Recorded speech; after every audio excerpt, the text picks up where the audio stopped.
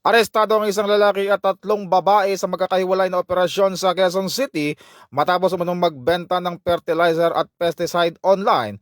Ayon kay DICT Secretary Henry Aguda, ikinasa ang operasyon katuwang ang Fertilizer and Pesticide Authority at Quezon City Police District matapos makatanggap ng reklamo mula sa FPA tungkol sa illegal na online selling ng naturang produkto.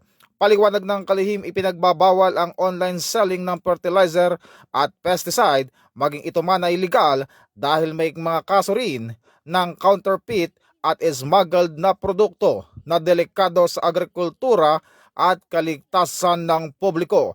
Ito ang bagong PNP para sa bagong Pilipinas, serbisyong mabilis, tapat at nararamdaman.